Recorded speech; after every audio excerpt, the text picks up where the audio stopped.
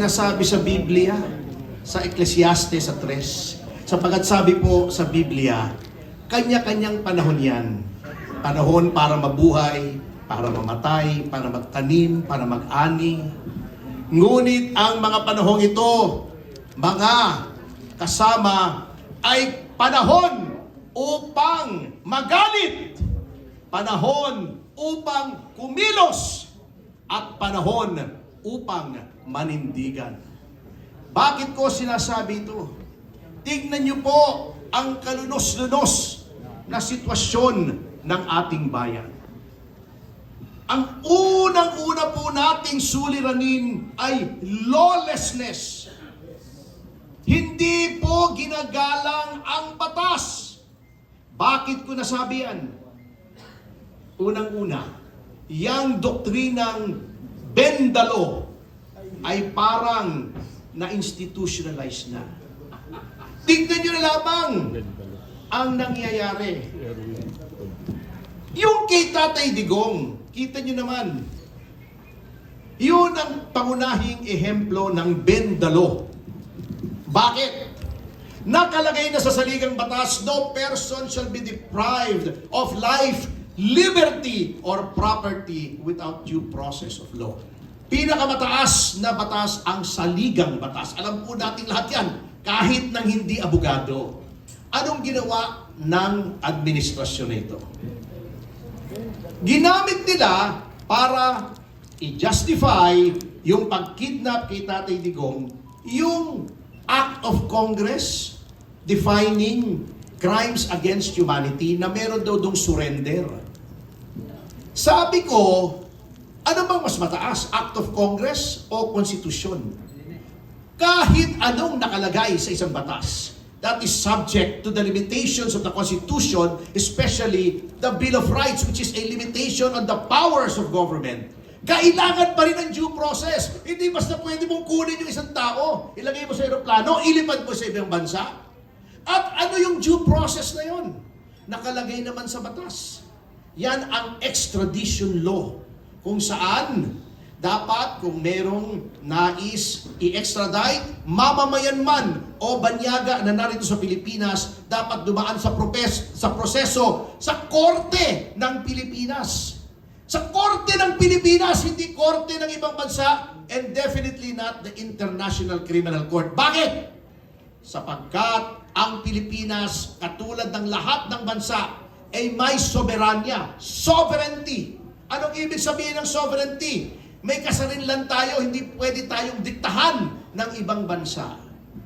By saying na yung warrant ng ICC, na questionable pa nga, ay valid dito sa Pilipinas na hindi dumadaan sa korte natin. At ang Interpol ay hindi pwedeng pahindian na mali po. Sapagkat tingnan nyo ngayon mismo, sa mismong website ng Interpol nakalagay, lahat ng proseso ng Interpol ay subject to domestic law, yung batas ng bansa kung saan pinapatupad yung process ng Interpol. Ano pong nangyari? Naging katawa-tawa tayo sa buong mundo. Ang Amerika po may batas. Kapag ang aking mamamayan ay kinuha nyo at dinala nyo sa Hague, lulusubin namin kayo ng armed forces namin. Kukunin namin yung mamamayan namin. Ganyan po ang bansang may paninindigan sa soberanya. Noon nga pong huling mga administrasyon, yung ating mga mamamayan kinukulong sa ibang bansa, sa Saudi, sa Singapore. May kasalanan na yun, convicted na yun doon sa ibang bansa. Binabalik pa natin dito. Ito dating Pangulo, ibinibigay mo sa banyaga. O anong nangyari ngayon? Dahil sa pangyayaring yan, lahat ng institusyon ay hindi na ginagalang ang batas. Yung si Boying Remulla, sinasabi na kapag mayroong kaso ay hindi pwedeng i-appoint bilang ombudsman. Anong ginawa nila? Yung mismong memorandum ng ombudsman na nagsasabing kapag nag-file ka ng kaso sa ombudsman, automatically docketed, iniba nila para lang ipilit, isaksak, isalaksak sa bagang ng ombudsman ang appointment ni Boying Remulla. May umimik ba na miyembro ng JBC, including the IBP? Wala po. Ang mga taong dapat nagtatanggol sa hudikatura, sa mga appointments, sa judiciary at sa ombudsman, walang imik. Ganyan po binibend the law. So, yan pong ginawa nila kay Tatay Digong. Makakala nyo walang epekto yan sa ordinaryong mga pulis natin. Yung mga kaibigan kong pulis ngayon, sinasabi, ay ayaw na namin pong manghuli ng adik. Eh baka matulad kami kay Tatay Digong. Yan ang psychological effect ng ginagawa nila. Yan ang problema. That's number one. Number two, masamang sitwasyon ng ating bansa ay ang pagsikil ng freedom of expression. Ayan na, number one example, si Mr. Celis. Kapag hindi nila gusto ang iyong sinasabi, ididimanda ka. Ayan. Yung mga nagsusumbong ng katiwalian, sila ang dinidemanda sa halip na imbestigahan ang mga isinusuplong. Sino pa ngayon ang magsusumbong? Di ba? Ayan, si Laila de Lima. Yung pinakamagandang babae sa balat ng lupa. Totoo naman eh! Eh bakit ang daming nalolokong lalaki sa kanya kung di siya maganda? Kayo naman ho.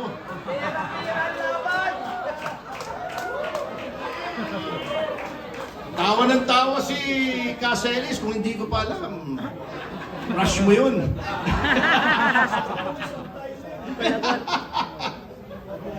Sa halip na siya bilang mambabatas ay mag-initiate ng investigasyon dito sa Maleta, dinemanda niya yung nagsusumbong ng Maleta. Yang si Rizon Tiveros. Ang dakilang retokada. Can you imagine, nung 2022, nag-file yan ng bill sa Senado to decriminalize libel. Documented yan. Pagkatapos, ngayon, nung sinabi na Batikos, ang dami niyang dinimanda ng libel. Hindi ba? Hypocrisy of the highest level yan. Yan ang ginagawa. Ang daming demanda ngayon. Ngayon lang ako nakakakita ng napakaraming demanda na mga mamamahayag, even ordinary citizens. Si Mike Defensor. At yung dahil sa 18, pinatatawag sa makalawa sa NBI. Hindi ba pananakot yan? Yang Gabriela, can you imagine ang kapal ng mukha nitong mga taong ito? Women's Month pa. Ginagalang natin ang mga babae, pero ginagamit nila yung Women's Month eh. Yan ay kabastusan din kung gagamitin mo as a prop. Sumulat sa stasyon namin.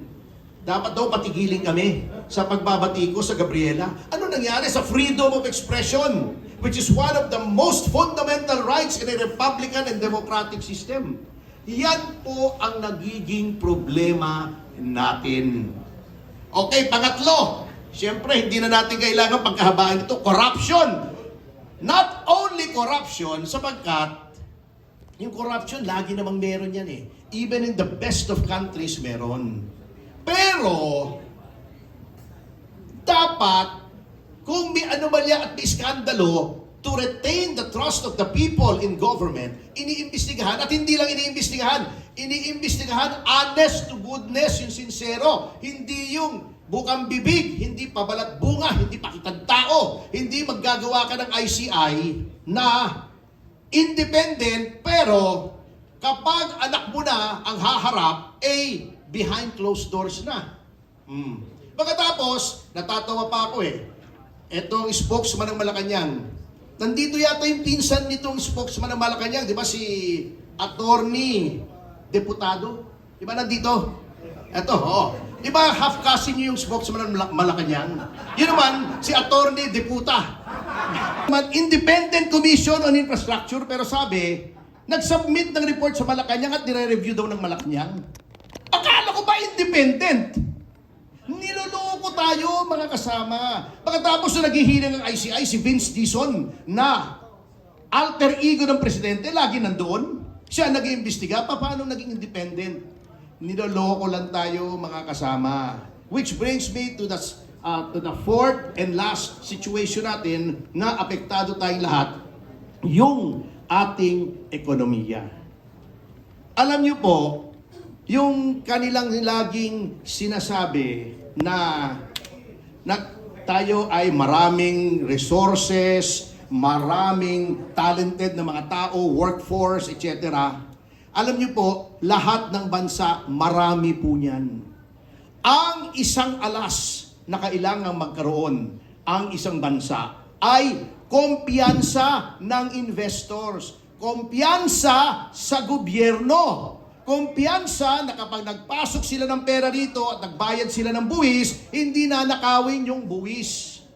Papaano magkukumpiyansa kung yung flood control, sino papasok na siraulong investor dito sa Pilipinas? Kung puro baha dahil dinanakaw yung flood control. Kung ang mga tao mahihirap, hindi matrain, yung educational system natin masama. Dahil inuuna yung infrastructure. Can you imagine? Yung 2025 nagpalusot pa. Ayon sa konstitusyon, ang dapat pinakamataas na budget ay ang edukasyon. Ginawa nilang ang pinakamataas ay DPWH para marami silang nakawin. Nagpapalusot pa. Pati yung budget ng PNPA at saka ng PMA nilagay sa education, DND yun, at saka DILG. Yan po ang problema. Kaya po, nakakahiya ang growth rate ng Pilipinas. Alam niyo po yung mga Vietnamese, 50 years ago nagpapatayan sila. Ngayon, anong growth rate nila? 7.6%. Tayo, 3.3. 3.3! Kulela tayo! Ang nakatalo lang sa atin, Myanmar. Can you imagine? Baka matalo pa tayo niyan next year pag hindi tayo nagbago At saka, Laos. Laos yun Biro nyo, yun lang ang nakatalo sa atin. Yun lang ang natalo natin na growth rate. Bakit? Kasi walang pumupuntang turista bukod sa ang perception ay mataas ang kriminalidad na totoo naman, ay ang pinopromote yung mukha ng tourism secretary. Anong pakialam ko naman kung ako ay taga-China o taga-Thailand, pupunta sa Pilipinas para tingnan yung mukha ni Frasco. Ang teteng naman, hindi naman yun ang pinunta ko rito Yun po ang problema, wala pong kumpiyansa. Kaya naghihirap ang ating bayan, dinadaan pa sa lokohan. Naghihirap na tayo, nagparty pa bago pumunta sa New York.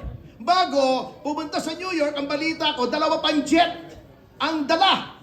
Bukod dun sa official jet, dala pa yung jet na ginamit para dalhin si Tatay Digong sa Netherlands, parang backup. Antindi, Hindi bali yung sasakyan mo, may backup. Ito, eroplano mo, may backup. At ang nagtanong ako sa mga kaibigan ko sa aviation industry, 31 million daw bawat eroplano ang gastos. Can you imagine? Ang mga tao, hirap na hirap, ang taas ng presyo ng gas. Gagastos ka ng ganoon para lang 2 eroplano mo sa luho mo. Yan po ang insensitiveness ng government. Yan po ang mabigat. Ngayon, ang problema, delikado po tayo ngayon. Sinasabi ko, baka hindi nare-realize ng Malacanang yan. Sapagkat ano bang sitwasyon ngayon? Overall, ang daming galit na mga kababayan natin. Ang daming galit. However, yung mga usual na napagsusumbungan nila, yung House, mas inuuna pa yung impeachment kaysa mag-imbestiga ng anomalya. Yung Senado, hindi pa nakakausap yung Marines. Wala na daw. Hindi na daw credible, sabi ni Ping Lacson. Paano kung magsusumbong yung Blue Ribbon Committee chairman mo, hinusgahan na yung testimony ng 18. Hindi pa nga humaharap. At saka si Ping Lacson, tinatanong ni Marcoleta yung witness, siya sumasagot. Saan ka tatakbo? Yung ombudsman, tuta nila. I'm not miss words here. Tuta nila yun. Obvious naman Meron ba magsasabing, meron ba naniniwala na si Rimulya hindi tuta ng Malacanang? Kung meron dito naniniwala, meron akong tulay ibebenta sa inyo. Mura lang sa tabi ng Malacanang. Yung COMELEC, ganun din. Yung mga talagang nanalo, ayaw iproklama. Yung gusto nila, ang pinoproklama, yung Duterte Youth. 2.3 million votes, 3 seats. Anong nilagay? Gabriela. Yung kalaban ni Abante. Panalo yung kalaban ni Abante, si Abante nilagay. Yun po ang mabigat. Sapagkat kapag ang pakiramdam nating mga Pilipino ay wala na tayong mapuntahan, parang tubig yan eh. Parang dam yan eh. Pag wala na mapuntahan, naiipon ng tubig, sasabog po yan. Mga kasama, ayaw naman natin yan sapagkat ayaw natin ng dahas. Gusto natin sa 2028 ay mapalitan ang pamahalaan. Kaya mga kasama, wag po tayong papayag na dayain po tayo sa 2028. Dapat sa sobrang lakas natin, kahit anong pandaraya, ay hindi kayang talunin. Yan po ang pakay nitong kampilan. Dapat overwhelming, parang flood control, parang baha. Pagka napakalakas na ng baha, pag sila naman ay substandard, ay hindi nila kayang pigilin yung baha. Kaya sa pagtatapos mga kasama, alam nyo na po, yung problema ng ating bayan ay maari ko ba kayong anyayahan ng isang panalangin? Itong panalangin na ito po ay panalangin ng mga taong bayang inaapi sa ating Ama sa Langit na humihingi po ng tulong laban sa mapang-aping pamahalaan.